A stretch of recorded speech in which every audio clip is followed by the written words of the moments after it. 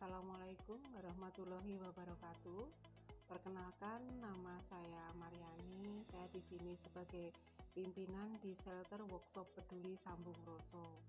Shelter Workshop Peduli Sambung Roso berdiri pada tahun 2015 atas prakarsa dari Kementerian Sosial yang UPT-nya BRSBG Kartini Temanggung, lanjut turun ke Dinas Sosial Kabupaten Magetan. Waktu berdiri namanya bukan Shelter Workshop Peduli tapi Kampung Peduli. Pada tahun 2015 terjalinlah 22 anak. Setelah 22 anak terkumpul diadakan asesmen, dan asesmen yang mengadakan diprakarsai oleh pihak BRSBG Kartini Temanggung dan Dinas Sosial Kabupaten Magetan. Akhirnya terpilih 20 anak. Dari 20 anak disabilitas intelektual itu tidak serta-merta kita kasih keterampilan. Dari tahun 2015 ke tahun 2016 akhirnya kita mulai pada keterampilan yang telah kita dapat dari 6 pendamping kita dapat dari Temanggung, kita kasihkan ke anak. Pada tahun pertama untuk pembuatan keset itu dari Rumah Sakit Saidiman, bagaimanapun hasilnya Rumah Sakit Saidiman Magetan siap membeli. Tapi karena persaingan yang tidak untuk orang normal, persaingan kami terlalu ketat, hasil daripada anak disabilitas tidak maksimal. Akhirnya dengan berjalannya waktu dan bergantinya pimpinan di Rumah Sakit Saidiman, kita sudah berhenti memasok keset di Rumah Sakit Saidiman. Akhirnya kita beralih ke batik. Batik yang pertama yaitu batik ciprat. Kenapa kita mengasihkan ke anak-anak kami batik ciprat? Karena di dalam batik ciprat tidak ada kata-kata salah, tidak ada kata-kata yang membuat tersinggung pada anak, dan batik ciprat sangat cocok sekali dengan karakter dan bisa dilakukan oleh anak-anak disabilitas intelektual. Pada tahun 2017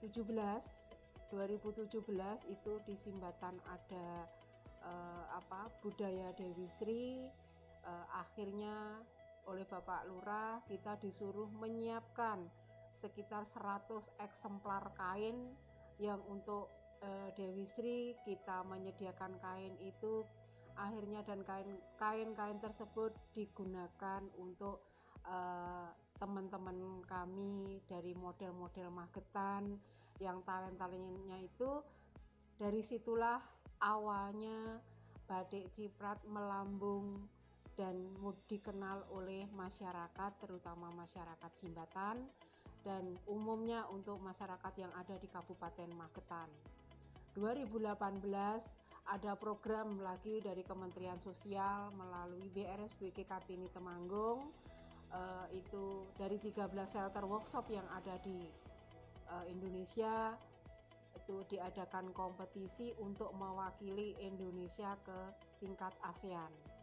2018 akhir itu kita juga tidak menyangka kalau Simbatan itu mewakili Indonesia ke tingkat ASEAN.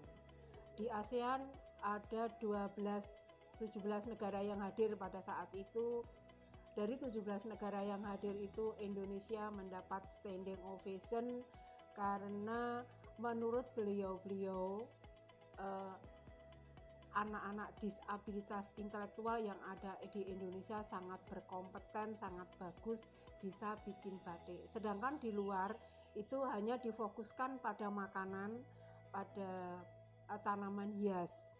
Kalau di Indonesia di batik, disitulah akhirnya dari pihak ASEAN nanti akan ada perguliran, tapi pada tahun berikutnya kita selalu bergilir yang ke ASEAN. Ada yang kemarin 2000 di Jakarta itu 2020 di Jakarta yang kemarin itu, tapi bukan kita yang mewakili, tapi ada yang ada di Jakarta mewakili.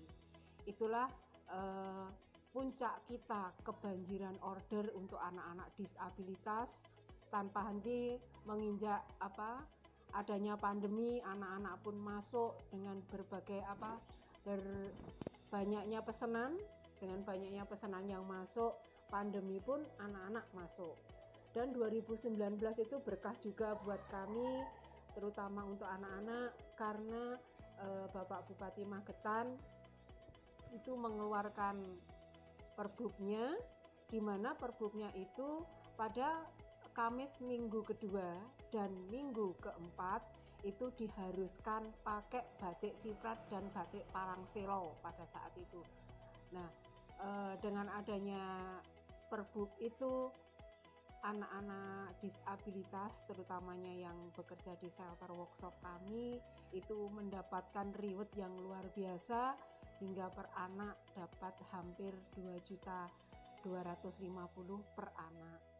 Nah, berjalannya waktu 2019-2020 dan sampai 2023 itu tidak untuk kami tidak sepi dari pemesanan, di mana walaupun di Magetan untuk saat ini sudah ada 58 pembatik yang ada di Kabupaten Magetan.